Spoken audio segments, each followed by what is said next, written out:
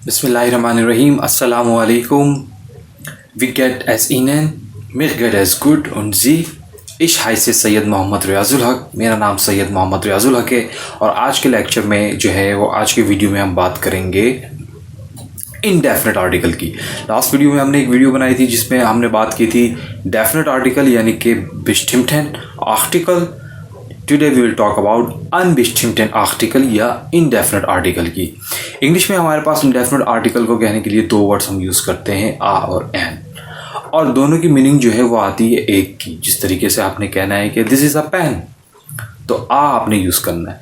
English में आपको सिखाया जाता है स्कूल में, जिस तरीके से हिंट दी जाती है कि जो नाउन वॉल्स के साथ या वॉबल्स के साथ स्टार्ट होते हैं तो उनके साथ आप एन लगाते हैं और दूसरा आल, और बकिया कॉन्सोनेंट्स के साथ जो है वो आप आ लगाते हैं। लेकिन यहाँ पे आपने ये बात नहीं समझनी, बल्कि आपने जर्मन लैंग्वेज में जेंडर का ख्याल रखना है। तो हमारे पास अनबेस्टिम्प्टेन आर्टिकल यानी इंडेफिनेट आर्टिकल को कहने के लिए हमारे पास जो वर्ड है वो आइन और आइने है।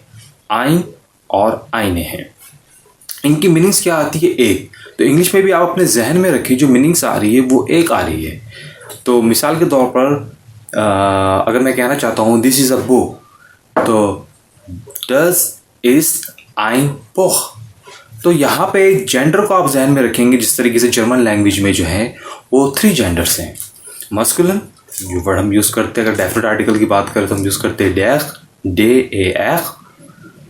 न्यूट्रल या न्यूट्रल, जिसमें हम डेफिनेट आर्टिकल में यूज़ करते हैं वर्ड दा की जगह डस, डे आ एस।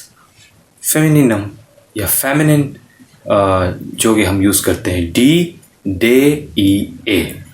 अब इनडेफिनेट आर्टिकल में भी आपको जेंडर का ख्याल रखना होगा। अगर आपको नाउन अपने डेफिनेट आर्टिकल्स यानी कि बेस्टिम्प्टेन आर्टिकल या डेयर डी 10 के साथ याद हैं तो इनडेफिनेट आर्टिकल में आपको कन्वर्ट करने में बहुत आसानी होगी।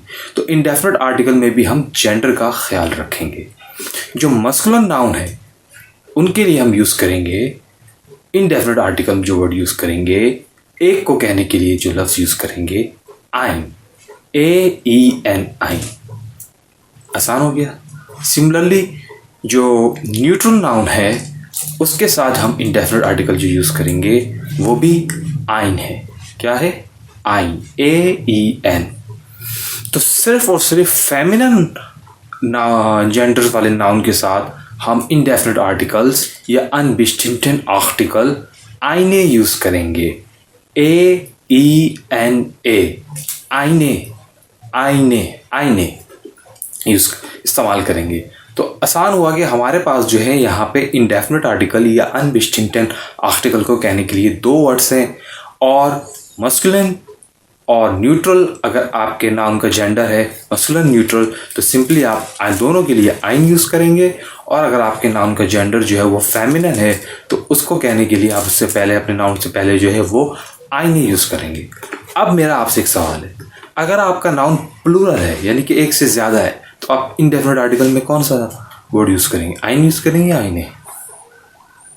कुछ भी नहीं यूज़ करेंगे, क्योंकि जब आप कहेंगे किताबें तो आप एक नहीं लगाएंगे। आप इस तरह नहीं कहेंगे कि ये एक किताबें हैं, ये जुमला ही गलत हो जाएगा। जब किताबें हैं तो एक नहीं है, एक से ज़्यादा है। तो प्लूरल नाउन के साथ जो है वो आर्टिकल इनडेफिनेट आर्टिकल इस्तेमाल नहीं होता है, जबकि डेफिनेट आर्टिकल आप दा इस्तेमाल कर सकते हैं। तो यही वजह थी कि जब हमने डेफिनेट आर्टिकल या बेस्टिम्प्टेन आर्टिकल पढ़ा था तो उसमें डी प्लूरल या प्लूरल नाउन के साथ भी हमने यूज़ किया था।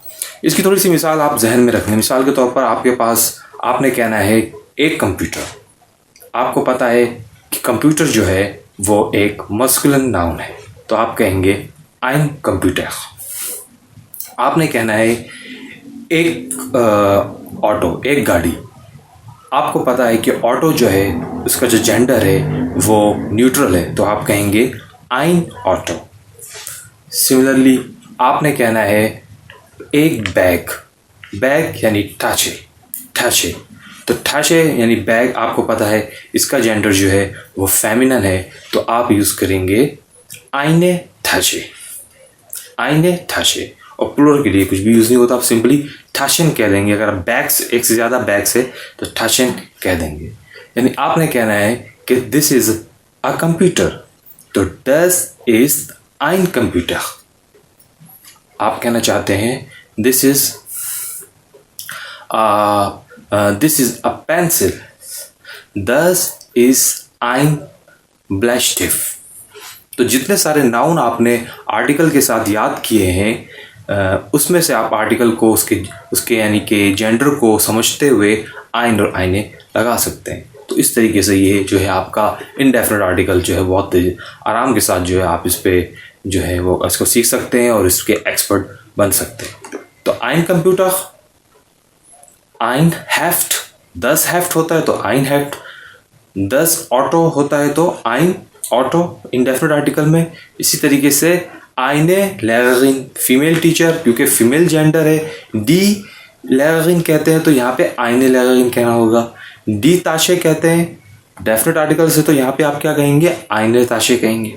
तो इस तरीके से आप आराम से इंडेफिनेट आर्टिकल या अनबेस्टिम्ड आर्टिकल की प्रैक्टिस कर सकते हैं। तो जब भी आपने नाउन की लिस्ट बनाए तो उसको आप डेफिनेट आर्टिकल यानी कि डियर डी 10 के साथ सर्च करें। आपने सर्च करना है कि मिसाल के तौर पर इसी तरीके से डी ठाशे तो फेमिनिन है तो डी आ रहा है तो आइने ठाशे यूज़ करना है। तो इनडेफिनेट आर्टिकल में आसान किया है कि मस्कुलिन एंड न्यूट्रल के साथ सेम वर्ड यूज़ करेंगे आइन आइन, और फेमिनिन नाउन के साथ यूज़ करेंगे आइने।